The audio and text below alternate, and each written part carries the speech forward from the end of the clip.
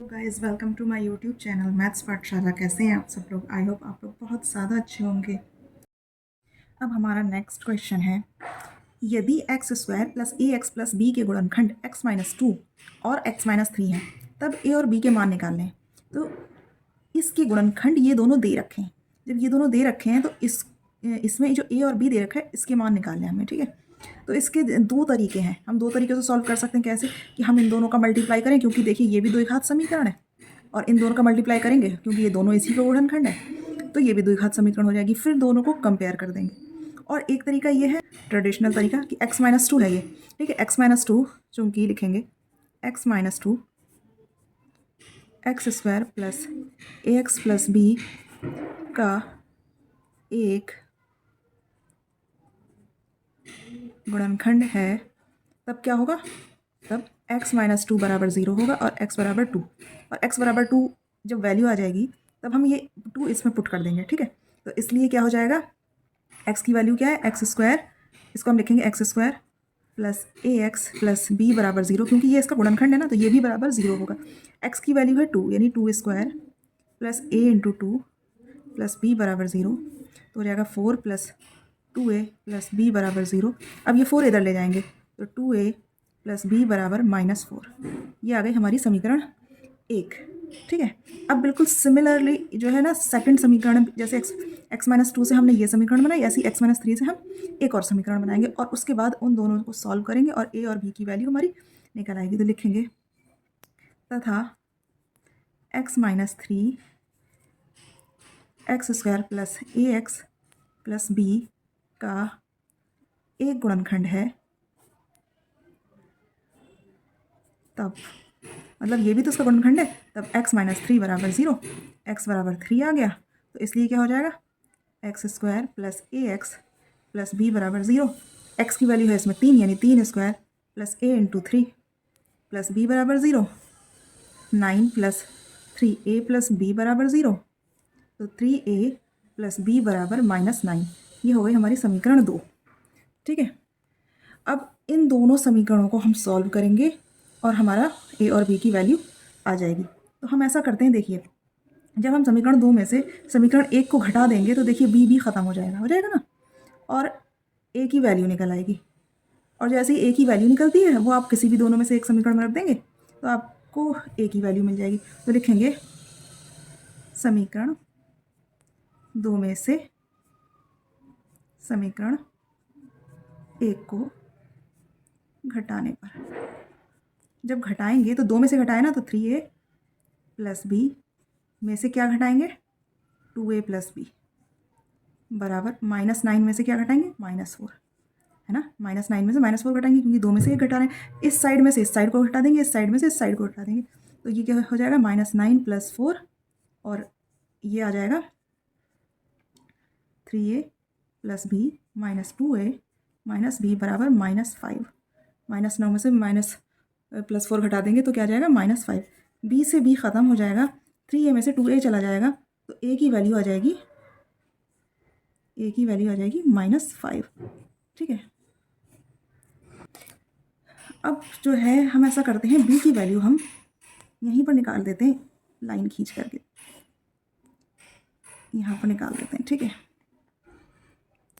देखिए ए की वैल्यू समीकरण एक में रख दो तब भी मान आ जाएगा, ए की वैल्यू समीकरण बी में रख देंगे तब भी मान आ जाएगा, ठीक है। तो लिखेंगे ए का मान, इसके बाद ये स्टेप आएगा, ठीक है। ए का मान समीकरण एक में रखने पर तो क्या हो जाएगा, टू माइनस फाइव, ए की वैल्यू कितनी है, minus five, plus B minus four, minus दस हो जाएगा, प्लस बी माइनस फोर, तो बी की वैल्यू हो जाएगी माइनस फोर इधर है और ये माइनस दस इधर जाके प्लस दस में हो जाएगा, तो बी की वैल्यू हो जाएगी सिक्स।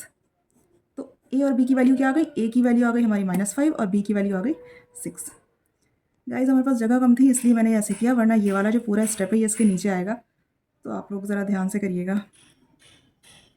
गाइज ये जो सर्व समीकरणाएँ दे रखी हैं, यानी कि एल्जेब्रिक फार्मूलाज हैं, ये सारे जो फार्मूलाज हैं नॉर्मली हमें सब सारे फार्मूलाज ये वाले याद होने चाहिए। ऐसे बहुत सारी सर्व समीकरणाएँ होती हैं, लेकिन ये वाले सर्व समीकरणाएँ हर बार पूछ ली जाती हैं, हर बार इनकी क्वेश्चन में ज़रूरत भी पड़ती है। तो इसलिए इन सर्व समीकरणों को हमें बिल्कुल अच्छी तरह याद होना चाहिए। थोड़ा डिफरेंस होता है लेकिन हाँ याद हो जाती है। जैसे a प्लस बी के होल स्क्वायर का फार्मूला क्या होता है, a square plus 2ab plus B square. A minus b के होल स्क्वायर का फार्मूला बस इतना चेंज होता है कि जब ये माइनस का फार्मूला होता है तो माइनस 2ab हो जाता है, बाकी पूरा का पूरा सेम होता है। ए स्क्वायर इसमें भी है, बी स्क्वायर इसमें भी है, प्लस का 2ab है प्लस वाले फार्मूले में, माइनस का 2ab होता है माइनस वाले फार्मूले में। बस इतना सा चेंज होता है प्लस और माइनस के फार्मूला में, तो ये चीज़ ध्यान रखनी है। A square minus B square का फार्मूला होता है a minus B A plus b. अब a प्लस बी का होल क्यूब का जो फार्मूला होता है वो होता है a cube plus b cube plus 3ab a plus, ये सारी प्लस में होते हैं, प्लस वाले फार्मूले में। अब यही चीज़ माइनस में आ जाए ए माइनस बी का होल क्यूब, तो ए क्यूब माइनस प्लस का होता है, बाकी बी क्यूब भी माइनस का होता है, और माइनस 3ab करके ब्रैकेट में ए माइनस बी लिखा जाएगा। ये समझ लीजिए ऊपर जितने प्लस लगे हैं नीचे उतने ही माइनस लगे हुए हैं, है ना। बस ए को छोड़ करके ए दोनों में पॉजिटिव है, इधर बी प्लस वाले फार्मूले में प्लस बी क्यूब, माइनस वाले फार्मूले में माइनस बी क्यूब, इसमें प्लस 3ab, माइनस वाले में माइनस 3ab, इसमें ब्रैकेट में a प्लस बी क्योंकि a प्लस बी है, इसमें ब्रैकेट में a माइनस बी क्योंकि a माइनस बी है। वैसे जब इसे खोलेंगे तो दो प्लस के आएंगे पद और दो माइनस के आएंगे, इसमें सारे के सारे प्लस के आएंगे, ठीक है। अब a cube plus b cube का फार्मूला क्या होता है, a cube plus b cube फार्मूले में a प्लस बी आएगा, a square minus a b plus B square, plus वाले फार्मूले में यहाँ पर माइनस ए बी आएगा, ठीक है। माइनस वाले फार्मूले में a माइनस बी ब्रैकेट में रहेगा और बाकी तीनों प्लस के होंगे। बस इतना चेंज है, ये चेंज आपको बहुत ध्यान रखना है, इसी में ही जो है गलतियाँ हो जाती हैं और सवाल गलत हो जाते हैं। a प्लस बी प्लस सी का होल स्क्वायर का जो फार्मूला होता है वो होता है a square plus B square plus c square plus 2ab plus 2bc plus 2ca। 2 common ले लिया गया इसलिए 2 ब्रैकेट में ab plus bc plus ca लिखा है। वैसे अगर पढ़ेंगे तो 2ab plus 2bc plus 2ca पढ़ सकते हैं, ठीक है। अब a की पावर m क्रॉस a की पावर n, जब इस तरह की जो है कोई सर्व समीकरण दे रखी हो तो उसको कैसे सॉल्व करेंगे, मल्टीप्लाई में जब बेस एक जैसा होता है तो उसकी पावर जुड़ जाते हैं। a दोनों में बेस है, पावर है m और n, तो मल्टीप्लाई में बेस a होने की वजह से इन दोनों की पावर जुड़ गए, यानी a की पावर m प्लस n। इसमें a की पावर m अपॉन a की पावर n डिवाइड हो रहा है, बेस सेम है लेकिन पावर अलग है, तो जब डिवाइड होता है तो पावर घट जाती है, a की पावर m माइनस n, ठीक है। a की पावर 1 अपॉन x का मतलब होता है अनरूट, ये जो 1 अपॉन एक्स है, ये जो पावर है इसकी, वो रूट के ऊपर एक छोटा सा जो है डिजिट लिखा जाता है। यहाँ एक्स की जगह पर कुछ भी नंबर हो सकता है, 2 3 4 5 6 कुछ भी हो सकता है, तो इसलिए नॉर्मली एक्स लिख दिया कि ए की पावर 1 अपॉन एक्स का मतलब होता है रूट एक्स ए, ठीक है। तो ये हमारा नेक्स्ट क्वेश्चन है, उपयुक्त सर्व समीकरणों का प्रयोग करके निम्नलिखित के गुणनफल ज्ञात कीजिए। जो अभी हमने जस्ट सर्व समीकरण बहुत सारी पढ़ी थी उनका इसमें यूज़ करना है। अब हमें जो है ये देखना है कि ये जो है लिखा हुआ इसमें कौन सी सर्व समीकरण यूज़ हो रही है, कि डायरेक्ट यूज़ होकर हम उसको सॉल्व कर लें, इसमें कौन सी यूज़ हो रही है, आगे जो क्वेश्चन आएंगे उनमें कौन सी यूज़ होगी। तो क्वेश्चन को देख करके या गुणनफल को देख करके हम उसे पहचान लेंगे सर्व समीकरण को और फिर यूज़ करेंगे, ठीक है। अब जैसे ये है वाई स्क्वायर प्लस 3/2 ब्रैकेट में, यहाँ कुछ नहीं है, इसका मतलब मल्टीप्लाई है, ठीक है। वाई स्क्वायर माइनस 3/2 ब्रैकेट में, एक तरीके से ये सर्व समीकरण कौन सी बन गई, ये बन गई a plus B A minus B. इसका मतलब क्या हुआ, A square minus B square, यानी कि a की जगह पर क्या है वाई स्क्वायर और इसका हो जाएगा स्क्वायर, माइनस आएगा क्योंकि सर्व समीकरण में माइनस होता है, बी स्क्वायर माइनस क्या हो जाएगा, b की जगह है 3/2 और इसका स्क्वायर। तो हमने इसे सर्व समीकरण के जरिए एकदम से खोल दिया, ठीक है। अब ये हो जाएगा y की पावर 4 माइनस 9/4, तो ये हमारा इसका गुणनफल हो गया, ठीक है। अब ये नेक्स्ट है, ये भी देखिए क्या है, 3 माइनस 2x 3 प्लस 2x, बिल्कुल सेम है, बस माइनस प्लस का फ़र्क है, यानी a minus B A plus B, यानी कि a square minus B square, यानी कि a की जगह है 3 स्क्वायर माइनस b की जगह है 2x स्क्वायर, यानी 9 माइनस 4x स्क्वायर, ठीक है। नेक्स्ट क्वेश्चन है, इसमें हमें गुणनखंड करने हैं, हमें ये देखना है कि क्या क्या चीज़ें कॉमन आ रही हैं जैसे अब तक हम करते आए हैं, ठीक है। तो देखिए इसमें दोनों में क्या कॉमन आ रहा है, 10 कॉमन आ रहा है, x कॉमन आ रहा है, x की कितनी घात कॉमन आ रही है, 1, क्योंकि सबसे छोटी घात 1 है, तो x की घात 1 कॉमन ले ली। y कॉमन आ रहा है, y की कितनी घात कॉमन आ रही है, 1 ही आ रही है क्योंकि y इधर 1 है ना। अब ब्रैकेट लगाएंगे, अब देखेंगे क्या आ रहा है, इसमें जब x की घात 1 कॉमन ली, इधर 4 है तो बचेगा 3, x की घात 3, इसमें y की घात 3 बचेगा, ठीक है। तो tan xy ऐसे ही रहेगा। अब ये a cube minus B cube का फार्मूला हो गया, a cube minus B cube का फार्मूला हो गया, और इसका फार्मूला क्या होता है, a minus B A square plus A B और प्लस बी स्क्वायर, ये इसका फार्मूला होता है। यहाँ पर सिर्फ यहाँ पर माइनस आता है, बाकी अंदर सब प्लस हो जाता है, ठीक है। तो a minus B means x minus Y, और उसके बाद a स्क्वायर यहाँ पर लिखते हैं, a स्क्वायर यानी x square plus x y plus y square. बस इसमें इतना ही तो डिफरेंस है, यहाँ x cube minus y cube है, यहाँ a cube minus B cube है ना। तो बस फॉर्मूले एक्स और वाई की वजह से ऐसा लग रहा है, वरना तो बिल्कुल सेम है। देखिए कोई फ़र्क नहीं है, ठीक है। तो इस चीज़ का बड़ा ध्यान रखना है। अब नेक्स्ट है हमारा कि इसमें कौन सा जो है कैसे गुणनखंड होंगे। X cube y cube plus one है, तो हम देखिए क्या लिख सकते हैं। हम लिख सकते हैं ऐसे एक्स वाई का whole cube plus one cube बन गया a cube plus b cube का फार्मूला। और इसका फार्मूला क्या होता है, a plus B A square minus a b plus B square. इसका फार्मूला ये होता है। हमें कन्फ्यूज़न ना हो तो हम अपने साइड में फॉर्मूला लिख के दिखा देंगे कि हमने कौन से फॉर्मूले का यूज़ किया है, ठीक है। तो ए की जगह क्या दे रखा है, एक्स वाई हमने लिख लिया। बी की जगह पर है one, x y plus one bracket में आ गया, ठीक है। अब क्या आया, ए स्क्वायर यानी एक्स वाई का स्क्वायर माइनस ए बी यानी कि x y into one plus B square यानी वन स्क्वायर, ठीक है। अब एक बार और लिख लेंगे, एक्स वाई प्लस वन ये ऐसे ही आ जाएगा और ये हो जाएगा x square y square minus x y plus one. तो ये इसके गुणनखंड हो गए। आई होप आपको समझ में आ रहे होंगे। अब इन्हीं गुणनखंडों का थर्ड पार्ट हम करेंगे। इसमें जो कॉमन आएगा वो कॉमन ले लेंगे और फिर सॉल्व करेंगे। देखिए क्या कॉमन आ रहा है, इसमें एक्स क्यूब वाई क्यूब है, इसमें ए क्यूब है, यानी कि ये चीज़ें तो कॉमन नहीं आ रही हैं। इसमें 8 है, इसमें 27 है, ये भी कॉमन नहीं आ रहा है। तो क्या हो सकता है, हम इसे लिख सकते हैं 2xy का होल क्यूब। 2 क्यूब यानी 8, 2 दूनी 4 दूनी 8, एक्स वाई का होल क्यूब, ठीक है। ऐसे ही हम इसे लिख सकते हैं 3a का होल क्यूब, ठीक है। तो a cube plus b cube का फार्मूला बन गया। ये किसका बन गया, a cube plus b cube का। और ये क्या हो जाएगा, a plus B A square minus a b plus B square, ठीक है। हमें अपने फार्मूले को बहुत अच्छे से ध्यान रखना है कि हमारा फार्मूला क्या है, कोई कंफ्यूजन नहीं होना चाहिए। अब क्या करेंगे, अब लिखेंगे ए प्लस बी की जगह पर 2xy प्लस 3 है ना। इसकी जगह पर ए ये है और इसकी जगह पर बी ये है, तो ए प्लस बी हो गया। उसके बाद ए स्क्वायर यानी कि 2xy का स्क्वायर माइनस ए बी यानी कि 2xy into 3a plus B square यानी 3a का स्क्वायर। क्या हो जाएगा, 2xy प्लस 3a, ये हो जाएगा 4x square y square minus 2 3 6 x y a plus 9 a square. ये इसका गुणनखंड हो गया, ठीक है। ए की पावर 12 प्लस बी की पावर 12। अब ए की पावर 12 को हम लिख सकते हैं ए की पावर 4 का होल क्यूब, बी की पावर 12 को लिख सकते हैं बी की पावर 4 का होल क्यूब। ए क्यूब प्लस बी क्यूब की फार्मूला बन गया ये, है ना। ए क्यूब प्लस बी क्यूब का फार्मूला बन गया। हम इसे कैपिटल लेटर में इसलिए लिख रहे हैं ताकि इसमें ए और बी है, थोड़ा सा डिफरेंस है, अच्छा लगता है difference. A plus B A square minus a b plus B square, ठीक है।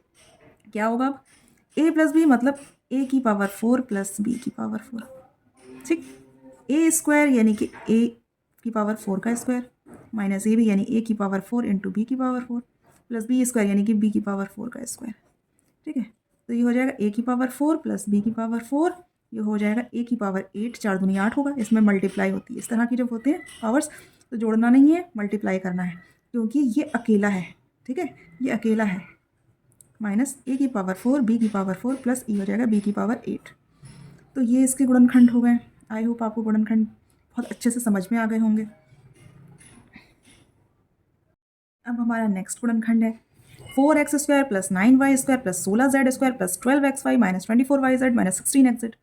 अब ये तो बड़ा लंबा हो गया। अब इसे क्या करना है, तो हमें एक समीकरण पता होती है a प्लस बी प्लस सी का होल स्क्वायर, यानी तीन जगह पे है ना उसमें, लेकिन सारे प्लस में होते हैं। आपको इसमें तो माइनस में भी दे रखे हैं, तो उसमें माइनस के भी फार्मूलाज होते हैं। बस ये है कि थोड़ा सा चेंज होता है, वो मैं आपको बताने वाली हूँ, ठीक है। तो 4x स्क्वायर को हम लिख सकते हैं 2x का square whole square plus 9y का होल स्क्वायर को लिख सकते हैं 3y का होल स्क्वायर, 16z स्क्वायर लिख सकते हैं 4z का होल स्क्वायर प्लस 12xy को हम लिखेंगे, xy का टर्म है ना ये, 2a भी होता है ना, 2 तो फार्मूले में होता ही होता है, ठीक है। a की जगह हम लिखेंगे 2x, क्यों लिखेंगे, क्योंकि देखिए x में 2x है ना, x में 2x है और y में 3y है। अब देखेंगे क्या बिल्कुल 12 आ रहा है, 2 दूनी 4 थी 12, देखिए आ गया 12, है ना। हमें ये भी देखने हैं और ये भी देखने हैं, हमारे इजीली गुणनखंड हो जाएंगे। अब माइनस के 24y 24 में देखा जाए 2 फार्मूले के अकॉर्डिंग होता ही होता है, 2 लिखेंगे। उसके बाद y है और z है, तो y क्या है 3y और z क्या है 4z। देखिए अब देखिए मल्टीप्लाई करके 24 आ रहा होगा, 2 3 6 6 चौक 24 आ गया 24 माइनस फॉर्मूले के अकॉर्डिंग 2 होता है, ठीक है। एक्स और जेड का टर्म है, एक्स है 2x और जेड है 4z, ठीक है। अब इनको मल्टीप्लाई करके देखिए क्या 16 आ रहा है, 2 दूनी 4 4 चौक 16 आ गया एक्स जेड। तो इस हिसाब से हमने सबको अरेंज कर लिया और ये एक तरीके से बन गया a square plus B square plus c square plus 2ab minus 2bc minus 2ca। इसमें जो है 2 टर्म माइनस के हैं, y और z के 2 टर्म माइनस के हैं, तो ये जो फार्मूला बनेगा ये z वाले में माइनस का बनेगा। आप कहोगे z वाले में क्यों माइनस का बनेगा? z वाले में माइनस का इसलिए बनेगा क्योंकि x और y प्लस का शो हो रहा है। देखिए प्लस वाले में x और y शो हो रहा है ना, मैं आपको समझाती हूँ। 2x plus 3y minus 4z के होल स्क्वायर का फार्मूला बन जाएगा। कैसे? देखिए अगर आप इतना देखिए अगर इसका स्क्वायर होता तो a square plus B square plus 2ab होता ना, है ना, यानी x square plus y square 2xy होता ना प्लस का। तो देखिए प्लस का 2xy आ गया, है ना। ऐसे ही वाई जेड है, ये मान लीजिए ये होता, इसको छुपा लेते हैं, वाई जेड का होल स्क्वायर का।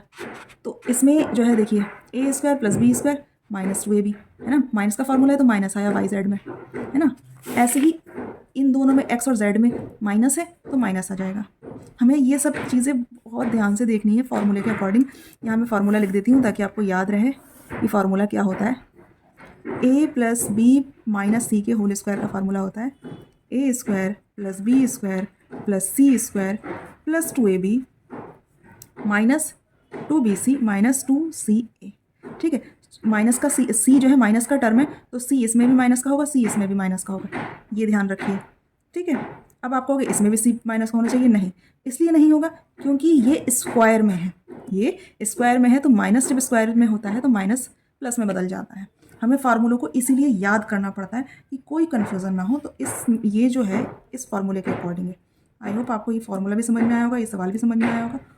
और बाकी प्रैक्टिस की ज़रूरत है, आप लोग प्रैक्टिस करिएगा, सब चीज़ें मैनेज हो जाएंगी, ठीक है। बिल्कुल सेम ये वाला जो क्वेश्चन है ये भी इसी की तरह है। कैसे लिख सकते हैं इसे हम लिख सकते हैं, देखो 2x स्क्वायर है, अब 2 को तो हम स्क्वायर में बदल नहीं सकते, लेकिन √2x ऐसे करके हम स्क्वायर लिख सकते हैं क्योंकि √2 का स्क्वायर होता है 2, x का स्क्वायर x स्क्वायर, ठीक है, प्लस y स्क्वायर।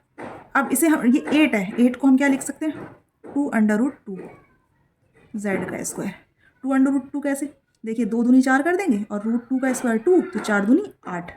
जब आप इसको जो है रफली करके देखेंगे तो 8 का जो वर्गमूल होता है वो 2√2 आता है, ठीक है।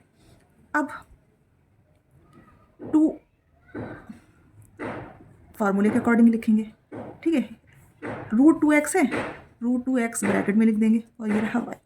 हमने इसमें हमें कुछ नहीं करा है, सिर्फ हमने ब्रैकेट लगाया, देखिए, ताकि हमें दिखाई दे कि √2x अलग से दिखाई देगा, ठीक है।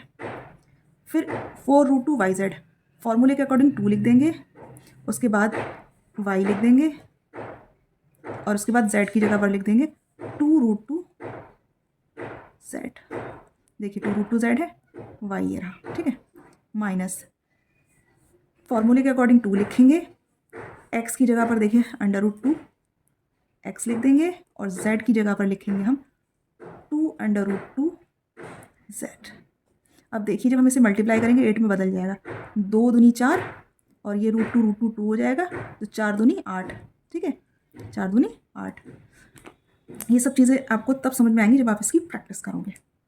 अब ये देखिए इसमें भी बिल्कुल सेम है, बस फ़र्क यह है कि इसमें यहाँ पर माइनस लगा है, बीच वाले पे इधर प्लस है, इधर माइनस है।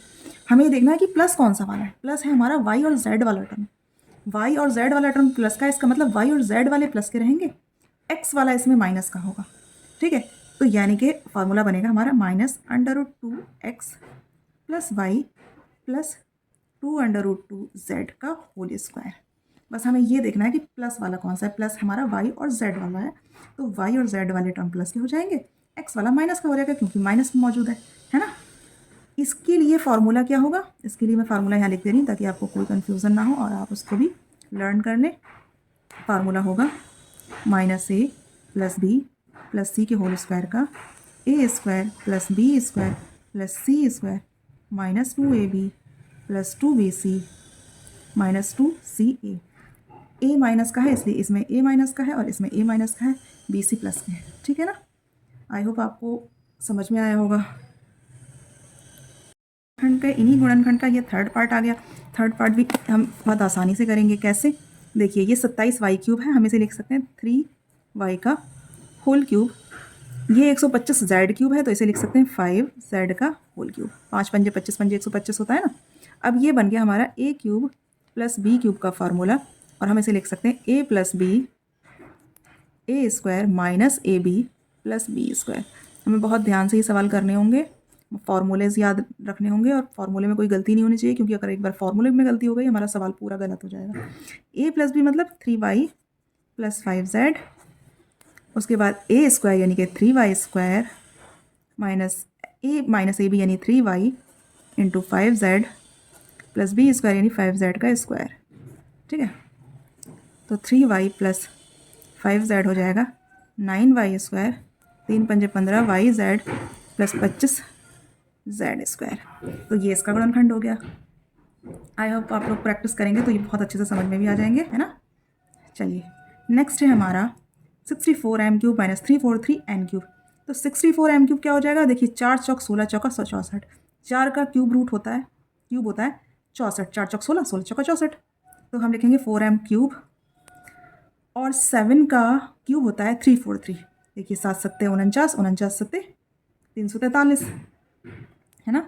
तो ये हो जाएगा 7n का होल क्यूब। तो ये बन गया a³ - b³ का फार्मूला, a³ - b³ का। तो a³ - b³ क्या होता है, a - b a² + ab + b²। तो a - b यानी 4m - 7n, a² यानी 4m का स्क्वायर प्लस ab यानी 4m × 7n + b² यानी 7n का स्क्वायर। ठीक है, तो ये हो जाएगा 4m - 7n, 4m² यानी कि 16m², 4 सत्ते 28 mn, 7 सत्ते 49 n²। तो ये इसका हमारा गुणनखंड हो गया। आई होप आपको समझ में आ रहे होंगे बहुत अच्छी तरह से। ये हमारे चैप्टर 2 का लास्ट क्वेश्चन है। इसके बाद गुणनखंड ये जो चैप्टर है ये फिनिश हो जाएगा, फिर हम नेक्स्ट चैप्टर स्टार्ट करेंगे। देखिए इसमें गुणनखंड करने 2a + 1 का होल क्यूब + a - 1 का होल क्यूब। ये भी a³ + b³ का ही फार्मूला है ना। a³ + b³ का फार्मूला है, यानी कि a + b a² - ab + b²। बस फ़र्क इतना है कि यहाँ पर a की जगह है 2a + 1 और b की जगह है a - 1। बस ये फ़र्क है ना। तो हम क्या करेंगे, पहले a + b लिखेंगे, यानी कि 2a + 1 + a - 1 लिखा। फिर ये सेकंड वाले पे आएंगे, मतलब मल्टीप्लाई के बाद जो भी है उसके हिसाब से इसको एडजस्ट करेंगे। क्या हो जाएगा, 2a + 1 का square minus 2a + 1 × a - 1 + b² यानी a - 1 का स्क्वायर। रफ के चक्कर में इसकी जगह थोड़ी सी कम हो गई है, कोई बात नहीं, इधर अच्छे से करेंगे हम लोग। ठीक है, अंदर खोलेंगे 2a + 1 + a - 1, हमने ब्रैकेट अंदर वाला खोल दिया। इसमें क्या करेंगे, इसमें हम होल स्क्वायर खोलेंगे। तो होल स्क्वायर खोलेंगे, a + b का होल स्क्वायर का फार्मूला है a² + b² + 2ab यानी कि 4a² + 1 + 4a। ठीक, अब तो हम डायरेक्ट होल स्क्वायर का फार्मूला खोल सकते हैं ना। उसके बाद इन दोनों का मल्टीप्लाई करेंगे तो पहले 2a की इन दोनों से करेंगे तो हो जाएगा 2a² - 2a, फिर 1 की इन दोनों से करेंगे a - 1। ठीक, प्लस ये हो जाएगा a - b के होल स्क्वायर का फार्मूला, यानी कि a² + b² - 2ab यानी 2a। ठीक, इसमें 1 से 1 ख़त्म हो गया, 2a और a के जोड़ के हो जाएगा 3a। उसके बाद अंदर जितने भी हम खोल देंगे, 4a² + 1 + 4a - 2a² minus minus plus 2a minus plus minus a minus minus plus 1 + a² + 1 - 2a। अब देखना ये है कि क्या क्या कट रहा है। ठीक है, तो देखिए +2a से -2a ये कट गया। उसके बाद अब हम एडजस्ट करेंगे 3a। देखिए एक 4a² ये रहा, -2a² ये रहा, प्लस a² ये रहा। तो जब 4 में से 2 घटाएंगे 2a² बचेगा और 2 में 1 जोड़ेंगे तो 3a² बचेगा। ठीक है, वो हमने यहाँ लिख दिया। अब हम a की फॉर्म लिखेंगे, एक 4a ये रहा, -a ये रहा, तो ये हो जाएगा +3a। प्लस 3a हो जाएगा, क्योंकि 4a में से a के कम हो जाएगा तो 3a हो जाएगा। और 1 और 1 2, ठीक है, 1 1 2 और एक ये 1 3, प्लस 3 आ गया। अब 3a तो बाहर है ही, इसमें से 3 और कॉमन आ जाएगा, a square plus a plus 1, तीनों में से 3 कॉमन लिया तो a square plus a plus 1 आ जाएगा। 3 तिया 9a, a square plus a plus 1। तो इसके गुणनखंड ये हो गए। अब देखिए इसमें a cube plus b cube का भी यूज़ हुआ, होल a प्लस बी के होल स्क्वायर का भी यूज़ हुआ, a माइनस बी के होल स्क्वायर का भी यूज़ हुआ, और आपस में मल्टीप्लिकेशन भी यूज़ हुआ। तो जितने ज़्यादा बड़े गुणनखंड आएंगे उसमें उतने ही ज़्यादा सर्वसमीकाओं का यूज़ होगा। आई होप आपको ये चैप्टर बहुत अच्छा लगा होगा। तो मिलती हूँ मैं आपसे नेक्स्ट चैप्टर के साथ अगली वीडियो में। तब तक के लिए keep watching, keep learning and keep smiling. Take care, bye bye. मिलती हूँ मैं आपसे नेक्स्ट वीडियो में, तब तक के लिए keep watching, keep learning and keep smiling. Take care, bye bye.